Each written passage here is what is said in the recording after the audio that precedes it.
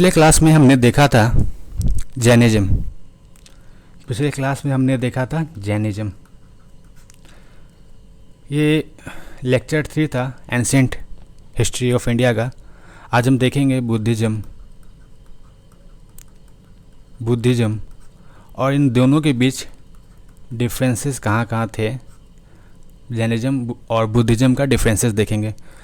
तो आपने जैनिज़्म का वीडियो देखा होगा, अगर नहीं देखा तो आप जाकर देखें, क्योंकि मैं नया कुछ पढ़ाने के पहले आपको टेस्ट करता हूँ।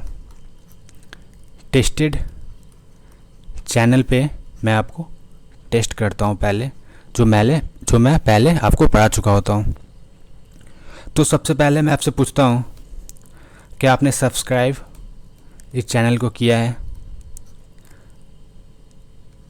नोटिफिकेशन बटन आपने ऑन रखा है इस चैनल का? यस। तो सबसे पहले मैं आपसे पहला क्वेश्चन पूछूंगा। महावीर जो जैन के फाउंडर थे, जैनिज़्म के फाउंडर थे, उनका जन्म कहाँ हुआ था? आप कमेंट में लिखिए। तो इसका आंसर मैं बताता हूँ,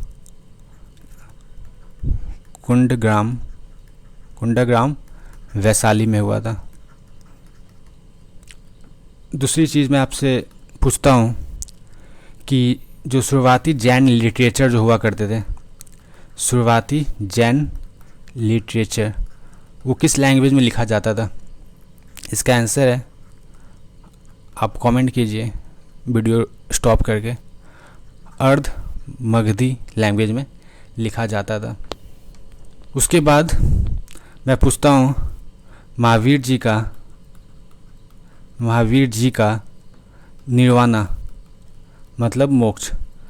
जैनिज़्म में मोक्ष को क्या कहते हैं? निर्वाणा कहते हैं, और बुद्धिज़्म निर्वाणा को एनलाइटमेंट कहते हैं। तो एक पहला डिफरेंस मैं अभी आपको बता दिया। तो महावीर जी का मोक्ष निर्वाणा कहाँ मिला था? तो है पावापुरी, नालंदा। अगला है निगंथ नाता पुत्रा किसे कहते हैं? कौन से तीर्थंकर को हम लोग निगंथ नाटा पुत्रा कहते हैं? तो इसका आंसर है, महावीर जी को हम ये कहते हैं।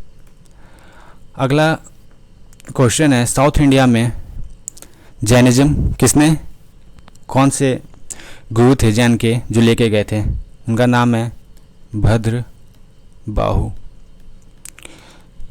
ही spread Jainism to South India. Orissa के राजा थे कलिंगा के, खारावेला। उन्होंने क्या सपोर्ट किया था? जैनिज़्म को, बुद्धिज़्म को, या आजीविका सेक्ट को? आजीविका सेक्ट मैं आपको बता दूं, ये नियति पे विश्वास करती थी। आजीविका सेक्ट, इन्हें लगता था, ये कहते थे सब कुछ प्री डेस्टिन्ड है, हमारी लाइफ का सब कुछ क्या है? प्री डेस्टिन्ड है। इसे फेमस राजा चंद्रगुप्त के जो बेटे थे बिंदुसार, उन्होंने एडॉप्ट किया था।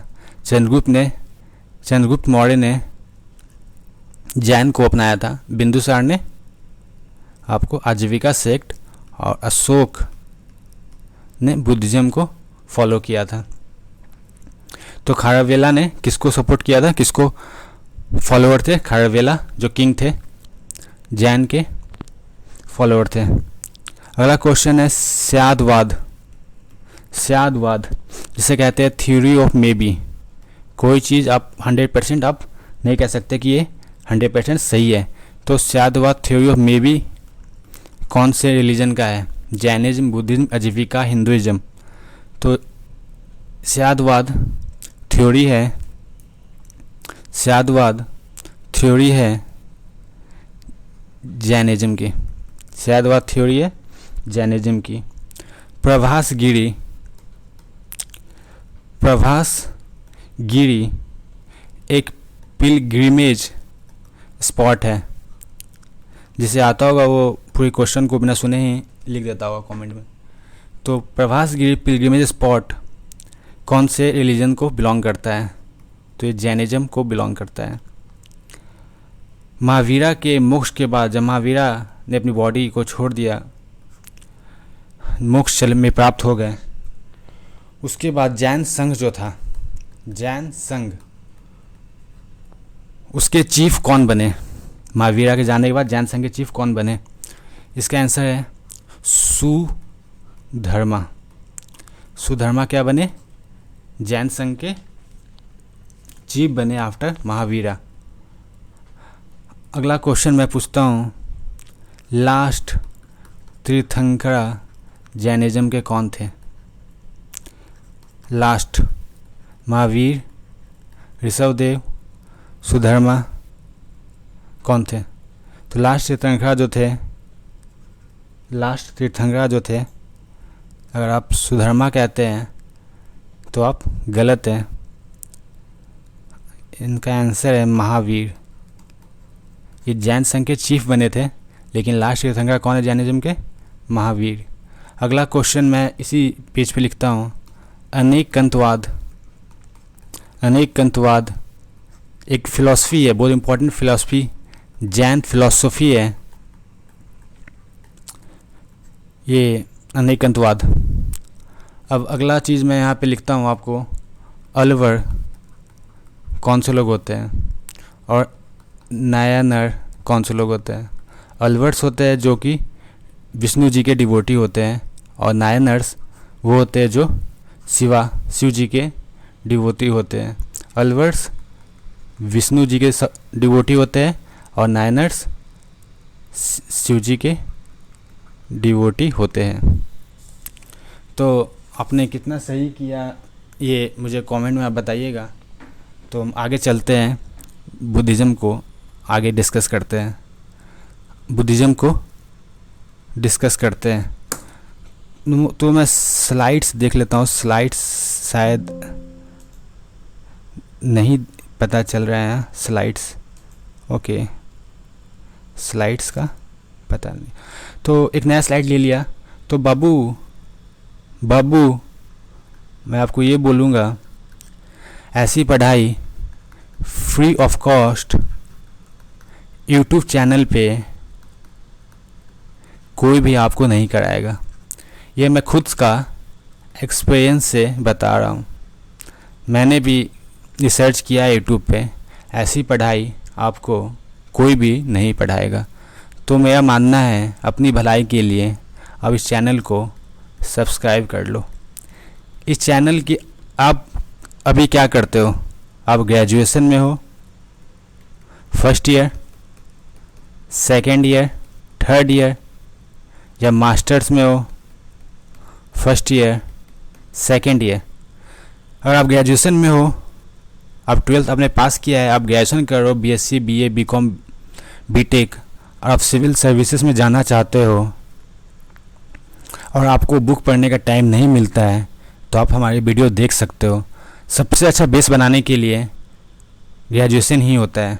एक बार ये 3 साल आपने वेस्ट कर दिया, 3 साल वेस्ट कर दिया, उसके बाद आप प्रेशर में आ जाते हो, लाइफ के प्रेशर में आ जाते हो और पढ़ाई आपसे नहीं होती है, और प्रेशर में आदमी से काम नहीं होता है, प्रेशर में काम आदमी से नहीं होता है। तो मेरा मानना है क्यों महंगे महंगे किताबों पे पैसे वेस्ट करोगे ग्रेजुएशन में? अभी आप मानते हैं कि आप अभी बच्चे हो, आपको पता नहीं है क्या करना है, लेकिन जनरल नॉलेज के लिए, जीके जनरल नॉलेज के लिए आप हमारे चैनल को सब्सक्राइब करके थोड़ा थोड़ा इन्फॉर्मेशन तो ले सकते हो। दोस्तों में जब बात करोगे तो क्या वट लगेगा कि भाई बंदे को कितना नॉलेज है। जब कोई सामने उसे बोले भाई तुझे तो बहुत नॉलेज है, क्या कहाँ से आया, तो आप इस चैनल का नाम ज़रूर बताना, छुपाना मत, ताकि पूरे इंडिया के लोग पढ़ सके। तो मैं बोलता हूँ, अगर आप graduation first second third year में हो, हम 1 साल में पूरी जीएस हाई क्वालिटी कंटेंट, इसके अलावा आपको कोई बुक पढ़ने की ज़रूरत नहीं पड़ेगी। आप 2 से 3 बार वीडियो देखो, एमसीक्यू करो, टेस्ट सीरीज करो, प्री क्वालिफाइड आपका कोई भी एग्ज़ाम हो जाएगा। किसी भी एग्ज़ाम जिसमें जीएस पूछा जाता है, आज वीडियो लेक्चर को समझ लेते हो। हमारे टेक्सटेड चैनल पे जो आता है वीडियो लेक्चर्स जीएस रिलेटेड, जो लेक्चर्स आते हैं आप पढ़ लोगे तो कोई भी एग्ज़ाम आपसे छूटेगा नहीं। प्री एग्ज़ाम तो छूटेगा नहीं, मेंस का हम बाद में बात करेंगे, लेकिन प्री एग्ज़ाम तो आपसे छूटने वाला नहीं है। और हमारा जो है हम लोगों का डिटर्मिनेशन है कि 1 साल के भीतर, अभी हमने जुलाई में शुरू किया है चैनल को, तो अगले साल जुलाई अगस्त तक हम सिलेबस आपका कंप्लीट करा देंगे, वो भी यूट्यूब पे।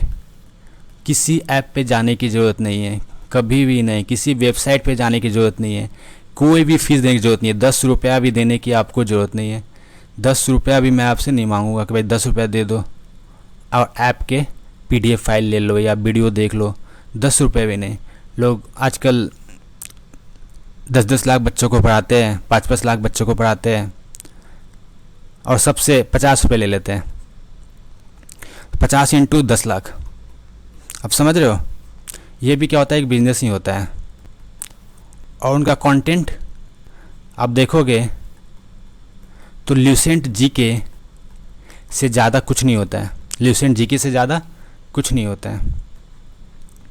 तो मेरा मानना है आप UPSC, BPSC या कोई भी स्टेट PSC की पढ़ाई कर रहे हो, रेलवे की पढ़ाई, रेलवे में जाना चाहते हो, CDS में जाना चाहते हो, आर्मी में जाना चाहते हो, बैंक में जाना चाहते हो जहाँ पे जीके पूछा जाता है, तो जहाँ पे भी जीके पूछा जाता है, जिस दरोगा बनना चाहते हो, जहाँ पे भी जीके पूछा जाता है, वो सारे एग्ज़ाम के लिए आप इस चैनल को सब्सक्राइब कर सकते हो और इसका लुत्फ़ उठा सकते हो। तो अब हम स्टार्ट करते हैं बुद्धिज़्म।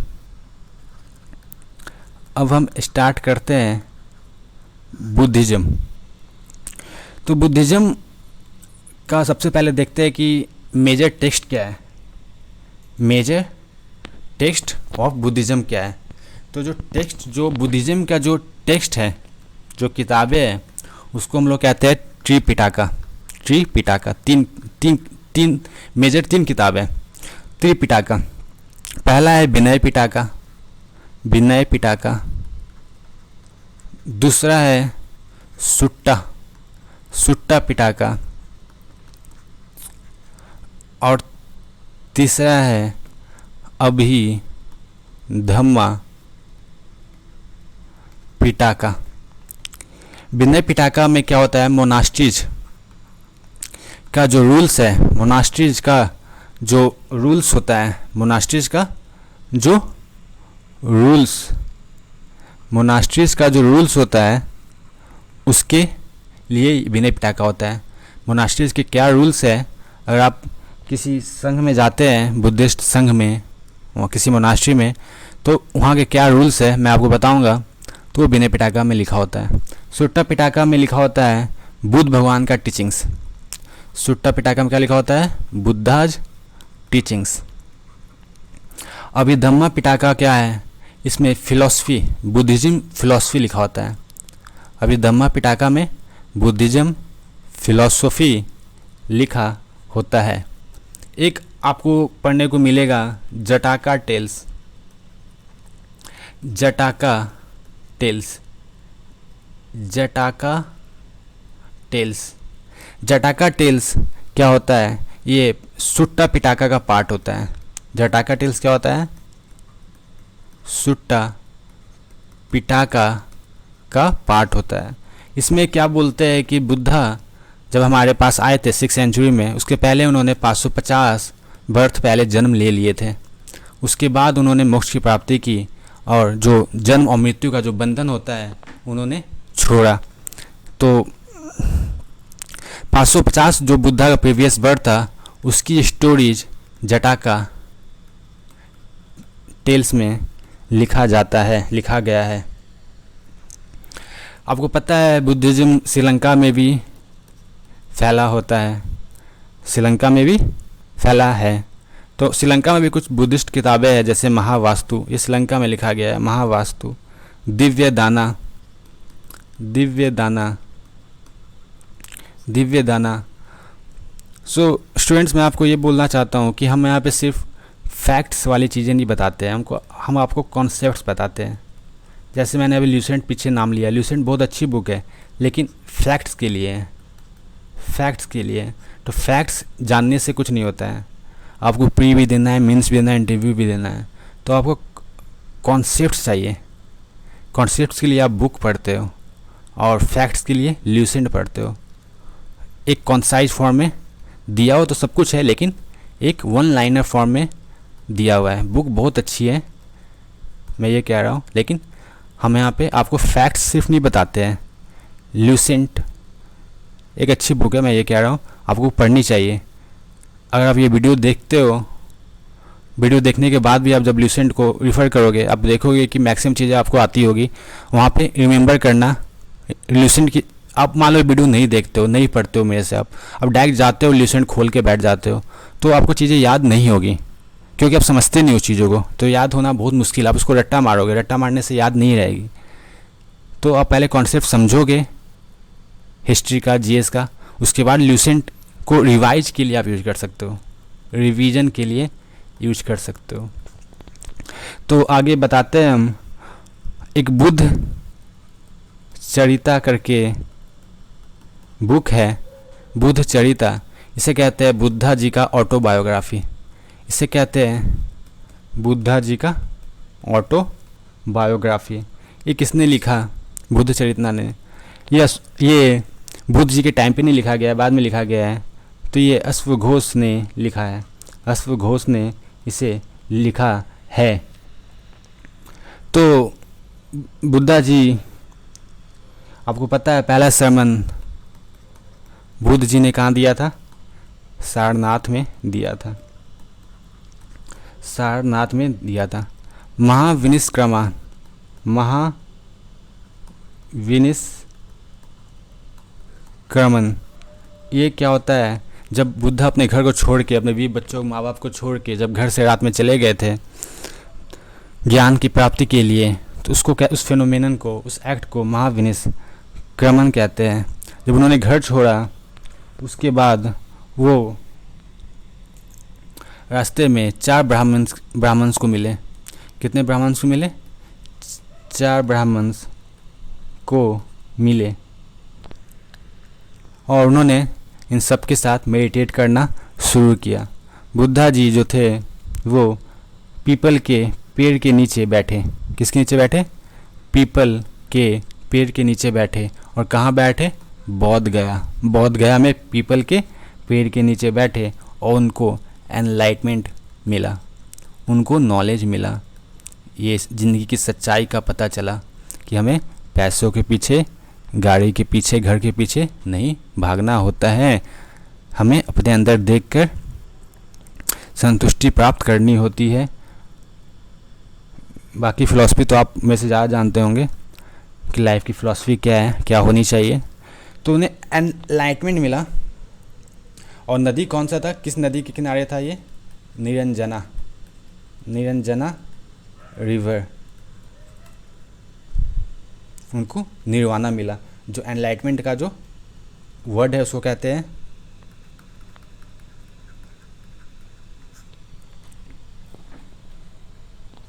निर्वाणा मिला।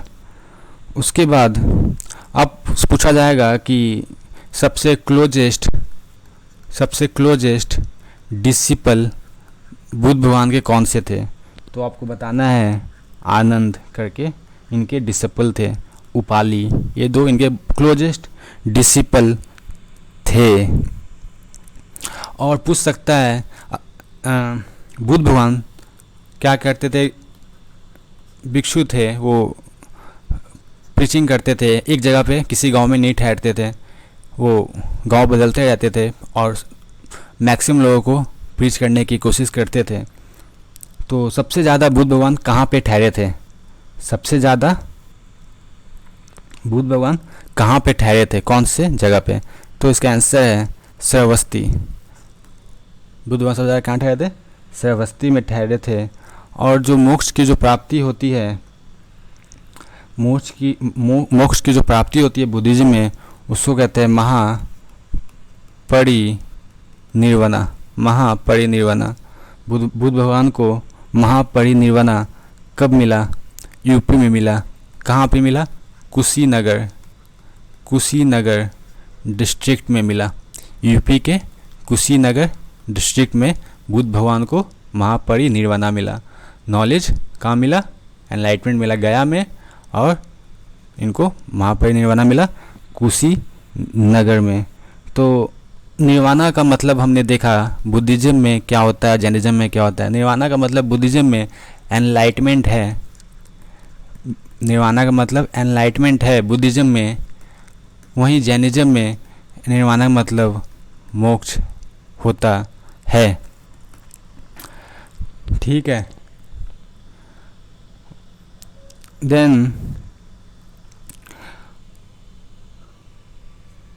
सो बुद्धिज़्म का जो है 4 नोबल ट्रूथ्स है, 4 नोबल ट्रूथ्स है। लाइफ का भी 4 नोबल ट्रूथ्स है, बुद्धिज़्म का 4 नोबल ट्रूथ्स है। पहला है कि आप ज़िंदगी में जन्म लिए हो, धरती पे जन्म लिए हो, तो आपको दुख होना ही है, दुख होना ही है, सॉरो होना ही है। क्योंकि सॉरो होता क्यों है? क्योंकि आप डिजायर को ख़त्म नहीं कर पाते, अपने डिजायर को ख़त्म ही नहीं कर पाते। डिजायर को हम कहते हैं माया। आप माया जाल में फंसे होते हो। दुख का कारण क्या है? माया, मतलब डिजायर। लेकिन हम इस डिजायर को कॉन्कर कर सकते हैं। लेकिन बुद्ध भगवान क्या कहते हैं? हम डिजायर को कॉन्कर कर सकते हैं और दुख पे प्राप्ति कर सकते हैं, एक स्टेट ऑफ ब्लिस में जा सकते हैं। उसके लिए हमें क्या करना होता है? बुद्ध भगवान के दिए गए 8 फोल्ड पाथ को फॉलो करना होता है। 8 फोल्ड पाथ को अस्तंगिका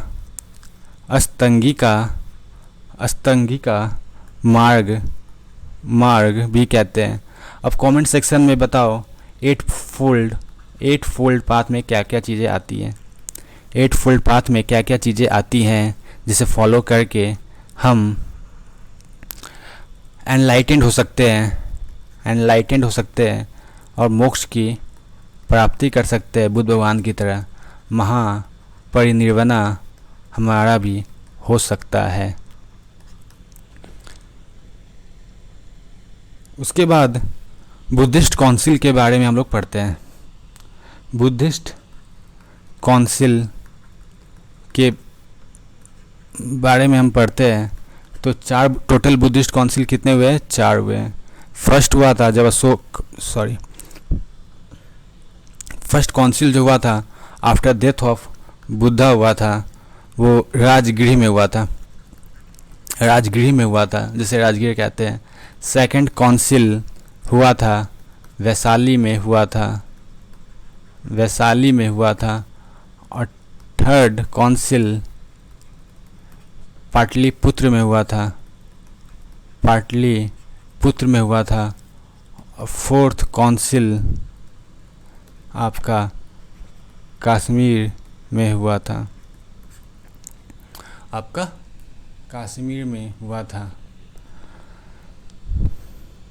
देन है फोर्थ काउंसिल में जो बुद्धिज़्म थे 2 भाग में बट चुके थे, हिनायना और महायाना। हिनायना को लोअर वेकल भी कहते हैं। इसे महायाना को हायर वेकल भी कहते हैं।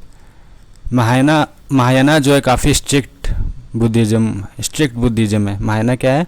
स्ट्रिक्ट बुद्धिज़्म है। महायाना स्ट्रिक्ट बुद्धिज़्म है या हिनायना स्ट्रिक्ट बुद्धिज़्म है? हिनायना स्ट्रिक्ट बुद्धिज़्म है। क्या है? हिनायना स्ट्रिक्ट बुद्धिज़्म है। ये सिर्फ हिनायना वाले बुद्धा टीचिंग्स पर भरोसा करते हैं, बुद्धा टीचिंग्स को मानते हैं कि बुद्ध भगवान ने जो टीचिंग्स दी है हम लोगों को, उनकी जो फिलॉसफी है वो सही है। ये बुद्ध भगवान की मूर्ति बना के पूजा करने पर विश्वास नहीं करते हैं। बुद्ध भगवान के मूर्ति बना के उनको पूजा करने पर विश्वास नहीं करते। कौन? हिनायना। तो हिनायना स्ट्रिक्ट है। महायाना क्या है? महायाना क्या है? हायर वेकल से कहा गया है। लेकिन ये क्या करते हैं? ये बुद्ध भगवान का स्टैचू बना के पूजा करते हैं। महायाना क्या कहते हैं? इसे स्टार्टेड मेकिंग आइडल्स। ये महायाना ने क्या किया? Started making idols of Buddha, तो ये थोड़ा सा लिबरल हुए। महायाना हायर व्हीकल हुए, लोअर व्हीकल हुए ये हिनायना, और थोड़ा सा स्ट्रिक्ट हुए। तो बुद्धिज़्म ओवरऑल था क्या?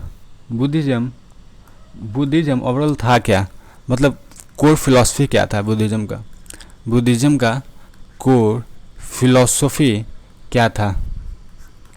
पहला, रिचुअल्स। जो हिंदुइज्म में बहुत ज़्यादा रिचुअल्स हो गया था, बुद्धिज़्म में रिचुअल्स बिल्कुल भी नहीं था। जितने भी वर्ण हैं, आप क्षत्रिय हो, आप शूद्र हो, या वैश्य हो, या ब्राह्मण्स हो, कोई भी इंटर कर सकता था, बुद्धिज़्म अपना सकता था।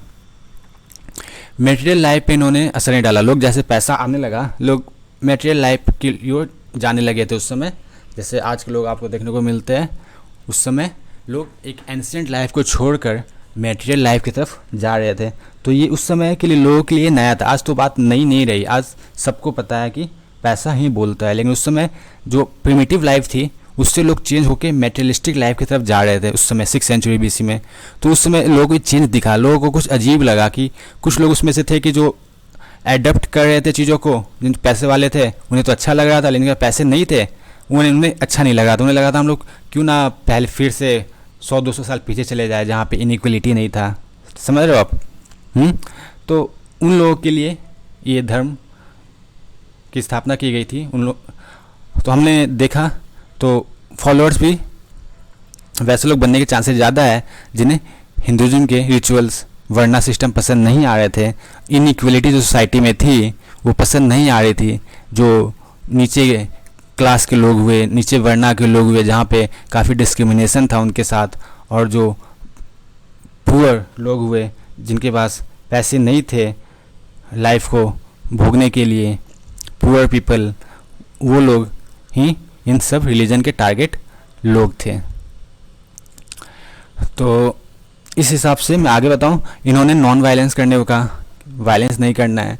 लोग नॉन वायलेंस क्या हुआ था, कैटल का काफ़ी ज़्यादा सेक्रीफाइस होने लगा था। इसे एग्रीकल्चर के जो किसान थे, हमारे किसान बंधु थे, उन्हें दिक्कत हो रही थी क्योंकि उनको कैटल की ज़रूरत पड़ती थी। उस समय मशीन तो था नहीं, खेती के लिए कैटल की ज़रूरत पड़ती थी। तो नॉन वायलेंस पसंद नहीं है, तो कैटल बचेगा, कैटल प्रोटेक्ट होगा तो खेती में बरकत आएगी। ठीक है, नॉन वायलेंस इन्होंने बताया। उसके बाद इन्होंने बोला कि वेल्थ को एक्यूमुलेट मत करो, वेल्थ को, पैसा अपने पास जमा मत करो। जितनी ज़रूरत है उतना ही कमाओ और खर्च करो। पैसा को जमा मत करो, जितनी ज़रूरत है उतना ही अपने लिए करो। जितने भी जेंडर थे, मेल फीमेल क्लासेस, सबके लिए था।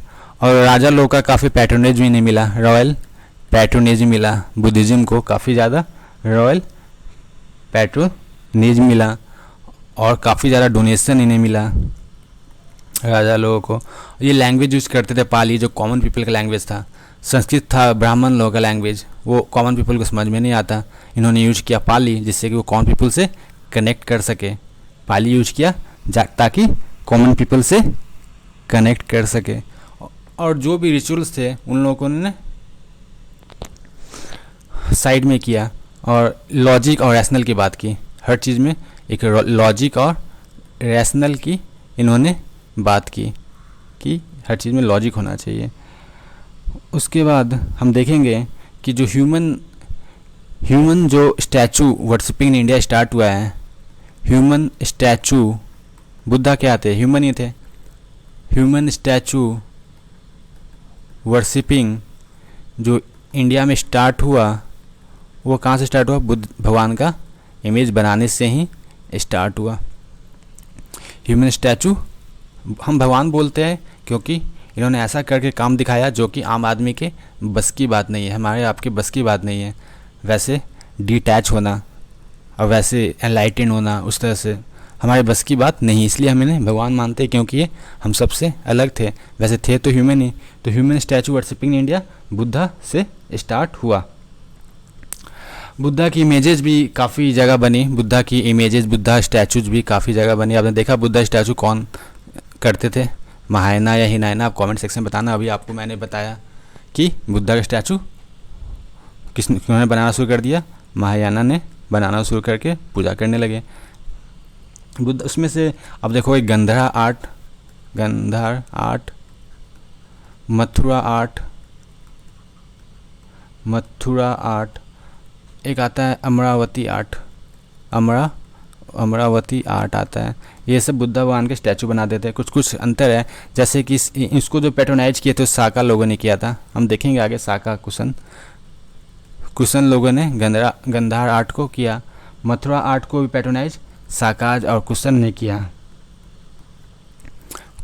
किया। ये अमरावती आर्ट साउथ का आर्ट था, वाइट मार्बल से बनाते थे बुद्ध भगवान को। तो इसको पैट्रोनाइज किसने किया, वकाटक किया। उसके बाद एक एक्स वाकू,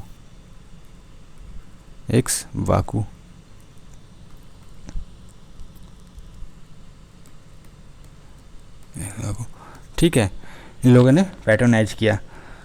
तो आपने देखा गंधार आर्ट को साका कुशन, मथुरा को साका कुशन, इनको वकाटक और एक वाकू ने किया। तो गंधारा आर्ट जो था, गंधार आर्ट ये क्या था, north western part of India में था। कहाँ पे था, north western part of India में था, ठीक है। और ये ग्रीक और रोमन से इन्फ्लुएंस था। इसका जो मूर्ति बनाते थे बुद्ध भगवान का, ये ग्रीक रोमन से इन्फ्लुएंस था। और मथुरा पेंटिंग से अडॉप्ट किया गया था। मथुरा आर्ट है उससे अडॉप्ट किया गया था गंधार आर्ट को। और ये ग्रीक रोमन इन्फ्लुएंस इसमें देखने को मिलता था। ब्लू ग्रे स्टोन यूज़ करते हैं गंधार आर्ट में मूर्ति बनाने के लिए। क्या यूज़ करते थे, बुद्ध भगवान के ब्लू ग्रे स्टोन यूज़ करते थे, ठीक है। बुद्ध भगवान को मैस्कुलिन दिखाया जाता था। गंधार आर्ट में क्या दिखाया जाता था, मैस्कुलिन, बाल घुंघराले, ट्रांसपेरेंट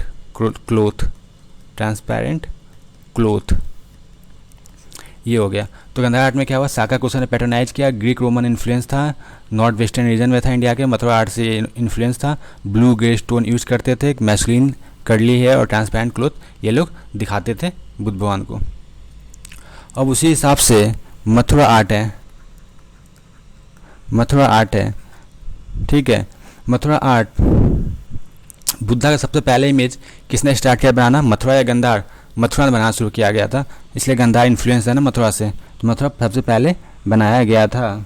ये इंडिजिनस है, क्या है, इंडिजिनस।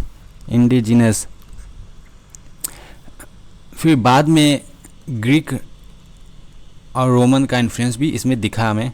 ग्रीक और रोमन का इन्फ्लुएंस मथुरा आर्ट में बाद में दिखता है, लेकिन स्टार्टिंग में ये इंडिजिनस ही था। इसमें बुद्ध भगवान को क्या दिखाया जाता है, क्लीन शेव दिखाया जाता है। क्या दिखाया जाता है, क्लीन शेव दिखाया जाता है। धर्म चक्र परिवर्तन मुद्रा जो बुद्ध भगवान का है, या अभय मुद्रा जो है, जिसमें वो ज़मीन की तरफ उंगली करते हुए दिखते हैं आपको, वो मथुरा आर्ट में ही है। अभय मुद्रा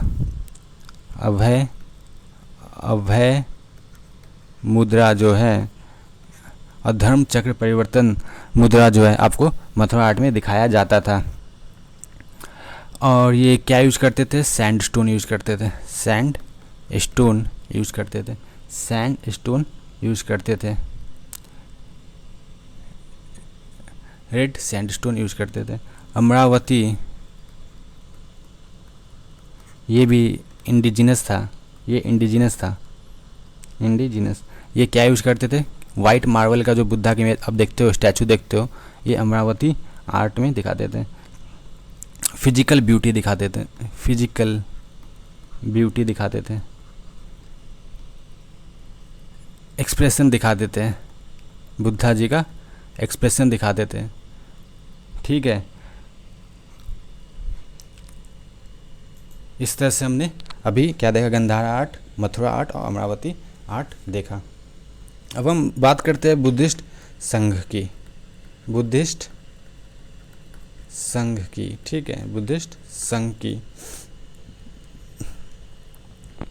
बुद्धिस्ट संघ की बात करते हैं।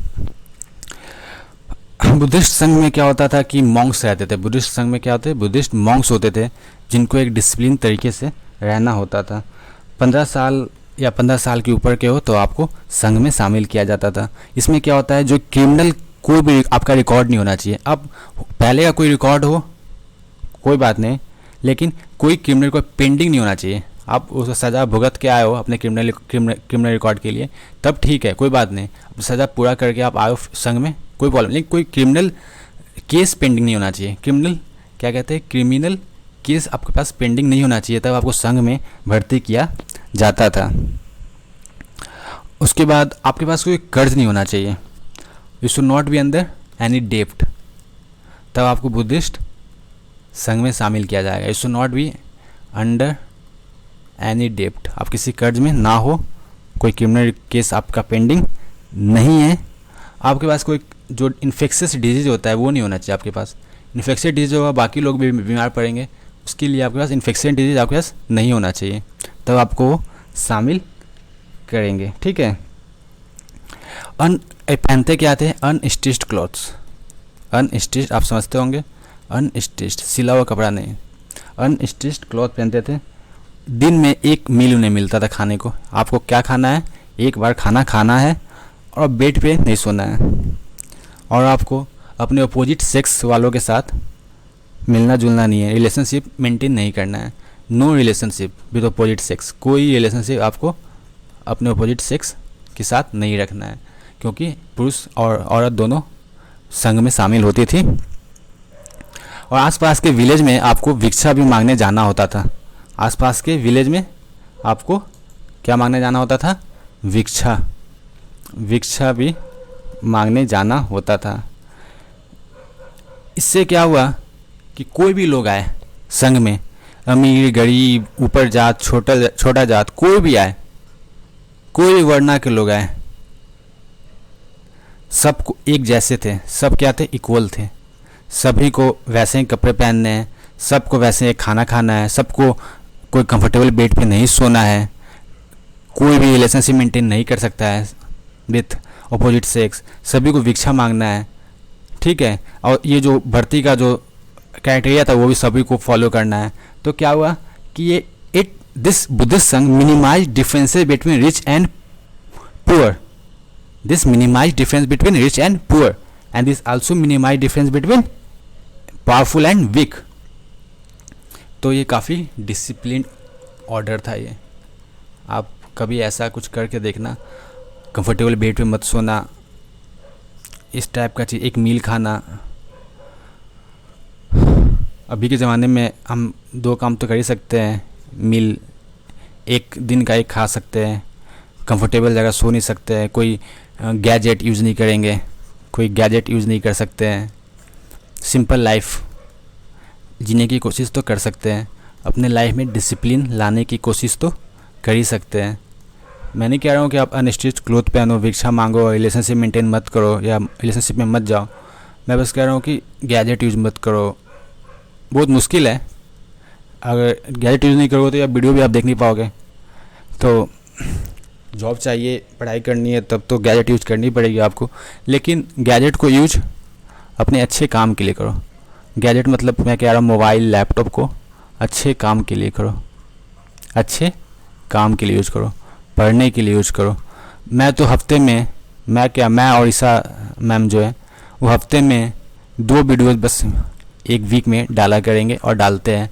2 वीडियो देखने के लिए आपको चाहिए 1 से 1.5 घंटा हफ्ते का, उसके अलावा कुछ नहीं चाहिए। अगर हफ्ते में आप 1 से 1.5 घंटे यूट्यूब को देते भी हो तो कोई गलत नहीं है, अच्छा है ये। उसके अलावा मान लो आप हफ्ते में 3 घंटा शॉर्ट्स भी देख लेते हो, 1.5 घंटा पढ़ाई करते हो हमारे चैनल पे, 3 घंटा शॉर्ट्स भी देख लेते हो, तो 4.5 घंटा 5 घंटा में भी कोई प्रॉब्लम नहीं है, कोई प्रॉब्लम नहीं है, ये आप मेंटेन कर सकते हो। तो सही यूज करना बहुत ज़्यादा इम्पॉर्टेंट है। ठीक है। अब आता है, अब हम आगे पढ़ सकते हैं कि बुद्धिज़्म का डिक्लाइन कैसे हुआ। बुद्धिज़्म का डिक्लाइन कैसे हुआ। बुद्धिज़्म का डिक्लाइन कैसे हुआ। तो सबसे पहले कि जो बुद्धिज़्म जो था हिंदुइज़्म की तरह रिचुअलिस्टिक हो गया, तो कोई फ़ायदा लोगों को दिख नहीं रहा था बुद्धिज़्म में जाने का, रिचुअल्स तो अब वहाँ पे भी फॉलो करने होंगे। आपने देखा आइडल वर्शिप भी बुद्धिज़्म के कुछ सेक्ट करने लगे। जो आपको जैसे मैंने बताया मोनास्ट्रीज के बारे में, संघ के बारे में, तो वहाँ पे करप्शन, अपोजिट सेक्स के साथ रिलेशनशिप, ये सब भी कुछ ज़्यादा ही होने लगा, कुछ ज़्यादा ही होने लगा। तो उसके बाद ब्राह्मणिज्म जो था हमारे हिंदुइज्म में जो था, इसको हम लोग ब्राह्मणिज्म भी कहते हैं, वो रिवाइव हुआ। ब्राह्मणिज्म क्या हुआ? रिवाइव हुआ। एक कॉन्सेप्ट उन्होंने लेके आया भागवतिज्म का, जो हम आगे देखेंगे। भागवतिज्म का, इससे क्या हुआ, भागवतिज्म ने बुद्धिज़्म को अपने अंदर एसिमिलेट कर लिया, बुद्धिज़्म को एसिमिलेट कर लिया। इन्होंने बताया ये विष्णु के अवतार है, लॉर्ड बुद्धा क्या है? विष्णु जी के अवतार है। इस वजह से ये बुद्धिज़्म हिंदुइज्म में ही लॉर्ड बुद्धा विष्णु जी के अवतार बताया गया या राम जी के अवतार, थोड़ा सा मुझे आप कमेंट में बताना। भागवतिज्म में हमारे हिंदू धर्म में क्या बताया गया, लॉर्ड बुद्धा किन के अवतार, लॉर्ड विष्णु के या लॉर्ड राम के। इस तरह से एसिमिलेट बुद्धिज़्म हो गया। तो अब आगे हम देखते हैं। हमने बुद्धिज़्म, जैनिज़्म पिछले क्लास में पढ़ाई की थी और इस क्लास में हमने बुद्धिज़्म देखा। अब हम देखेंगे कि Jainism versus Buddhism, Jainism versus Buddhism. जब बुद्धिज़्म वाले से पूछा जाता है, लॉर्ड बुद्धा से पूछा गया गॉड के बारे में, do you believe in the existence of God, do you believe in the existence of God, तो बुद्धिज़्म ने क्या किया, ना एक्सेप्ट किया गॉड का एग्जिस्टेंस, ना डिनाई किया। वही सवाल जब जैनिज़्म से पूछते हैं, लॉर्ड महावीर से पूछते हैं, do you believe in the supreme power, supreme God, तो इन्होंने अपने आप को, जो जीना लोग होते हैं, जैनिज़्म के जीना लोग होते हैं, जो उसको हम लोग कहते हैं कॉन्कर करते हैं, अपने इंद्रियों को कॉन्कर करते हैं, इंद्रियों पे जो जीना होते हैं, उनको भगवान से ऊपर रखा। तो एक तरह से कह सकते हैं कि Jainism denied the existence of God, Jainism denied existence of God, और Buddhism silent on this thing, okay, silent on this thing, okay. Then nirvana की बात हमने पहले की, निर्वाणा की बात की। बुद्धिज़्म में निर्वाणा का मतलब होता है free from cycle of birth and death, free from cycle of birth and death. Nirvana का मतलब होता है free from cycle of rebirth and death. Jainism का मतलब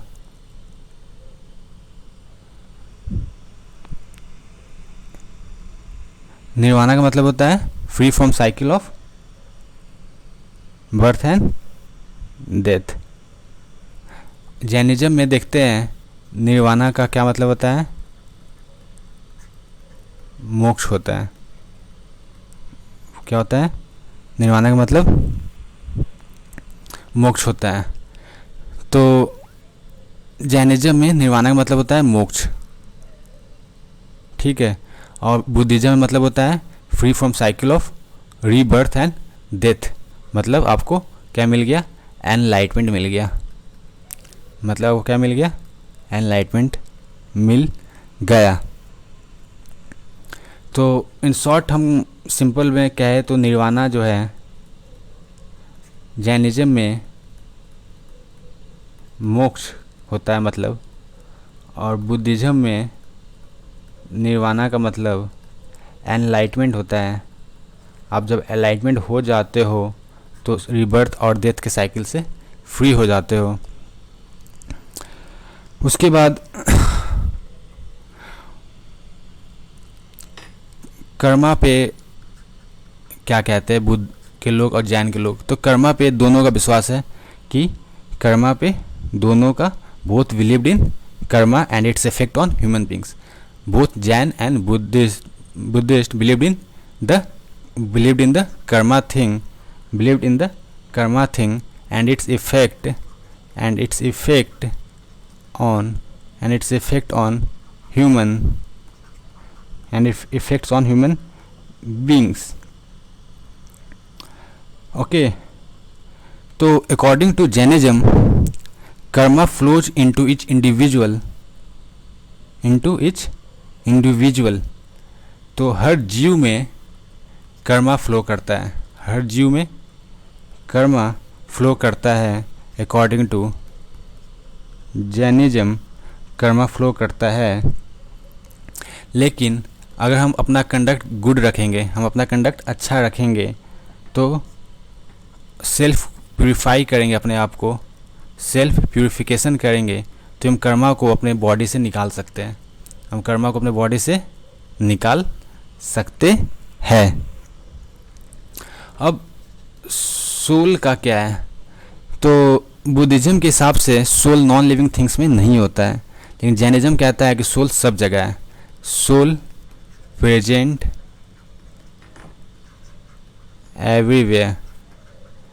एवरीवेयर और इन एवरीथिंग। सोल सब जगह प्रेजेंट होता है, सभी चीज़ें प्रेजेंट होता है, नॉन लिविंग हो या लिविंग हो, अकॉर्डिंग टू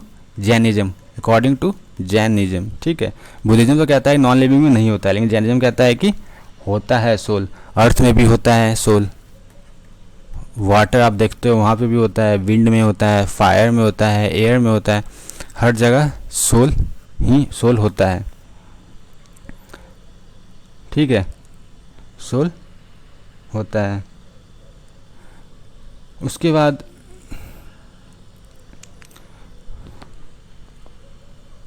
जैनिज्म और बुद्धिज्म में एक और डिफरेंस है कि जैनिज्म जो था इंडिया में कॉन्फाइंड था, जैनिज्म इंडिया में ही कॉन्फाइंड रह गया, ये इंटरनेशनल नहीं हुआ। जैनिज्म कॉन्फाइंड इन इंडिया, लेकिन आप देखोगे बुद्धिज्म को तो इंडिया के से बाहर भी गया, दे स्प्रेडेड बियॉन्ड इंडिया।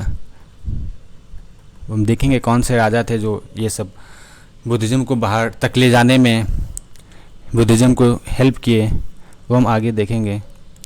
तो मैं आपको बता दूं, नेक्स्ट जब वीडियो होगा उसमें, नेक्स्ट वीडियो जो होगा उसमें आप इस लेक्चर से रिलेटेड मैं कुछ सबसे पहले आपसे क्वेश्चंस पूछूंगा कि आप कितना समझ पाते हैं बुद्धिज़्म को। जैनिज्म का क्वेश्चन तो मैंने आज पूछा आपको, क्योंकि पिछले लेक्चर में मैंने जैनिज्म पढ़ाया था, तो मैंने स्टार्टिंग में क्वेश्चंस ही आपसे कराए थे। अगले लेक्चर में, अगले वीडियो में मैं आपसे बुद्धिज़्म के क्वेश्चन पूछूंगा, तो अब इसलिए इस वीडियो को अच्छे से देखें और समझें और इसके नोट्स बनाएं, कहीं नोट करें, शॉर्ट नोट्स बनाएं।